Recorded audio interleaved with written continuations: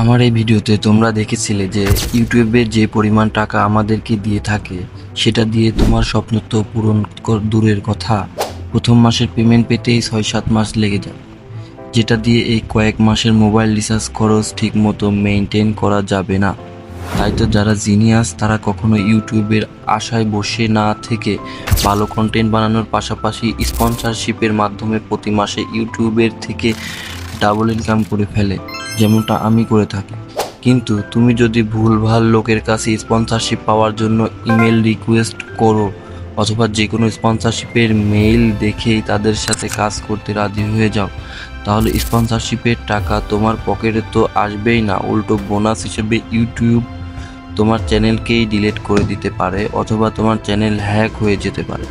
তাই তুমি যদি তোমার চ্যানেলের সঠিক নিয়ম বেশি বেশি স্পন্সরশিপ করতে চাও, তাহলে কিছু সিক্রেট কাজে লাগিয়ে যে কোনো চ্যানেল খুব সহজে স্পন্সরশিপ আনতে চাও, তাহলে আজকের ভিডিওটি অবশ্যই হাতে সময় ও মনে ধৈর্য নিয়ে দেখতে হবে। তো স্পন্সরশিপ পাওয়ার আগে আমাদেরকে এটা জানতে হবে যে কি কি কাজ করলে ও কত সাবস্ক্রাইবার বা কত ভিউ আসলে স্পন্সরশিপ পাওয়া যায়।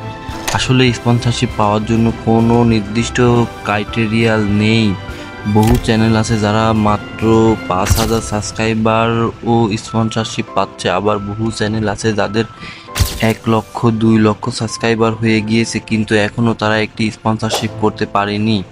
এখন তোমার অনেক মনে প্রশ্ন আসতে পারে যে স্পন্সরশিপ কিভাবে পেতে পারি, স্পন্সরশিপ কিসের ভিত্তিতে আসে। এই ব্যাপারটা বুঝতে গেলে তোমাকে এই উদাহরণটি মনোযোগ দিয়ে বুঝতে ধরো ইউটিউবে 2টা চ্যানেল রয়েছে।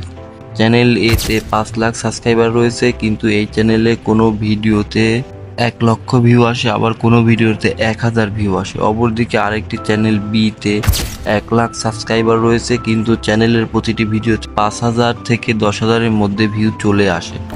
এতে এই ক্ষেত্রে যে কোনো কোম্পানি চাইবে তোমার প্রোডাক্ট বি চ্যানেলের মাধ্যমে প্রমোট করতে, বিকজ এই চ্যানেলের কাছে 5 লক্ষ সাবস্ক্রাইবার থাকলেও তার কোনো নির্দিষ্ট অডিয়েন্স বেস নেই। অপরদিকে বি চ্যানেলের সাবস্ক্রাইবার কম হলেও তার কাছে একটা নির্দিষ্ট পরিমাণ অডিয়েন্স বেস রয়েছে যারা এই চ্যানেলের প্রতিটি ভিডিও দেখতে আগ্রহী, অর্থাৎ এক কথায় যার কাছে এমন অডিয়েন্স বেস রয়েছে যে তার প্রতিটি ভিডিও কন্টিনিউয়াস একটি ভালো পরিমাণ ভিউ আসে, তাহলে এই চ্যানেলটি স্পন্সরশিপ পাওয়ার উপযুক্ত। কিন্তু উপযুক্ত হয়ে গেলে স্পন্সরশিপ চলে আসবে ব্যাপারটা এমন নয়, আপনাকে আরও কাজ করতে হবে। এগুলো জানতে হলে আমার পরবর্তী ভিডিওর জন্য অপেক্ষা করুন। ধন্যবাদ।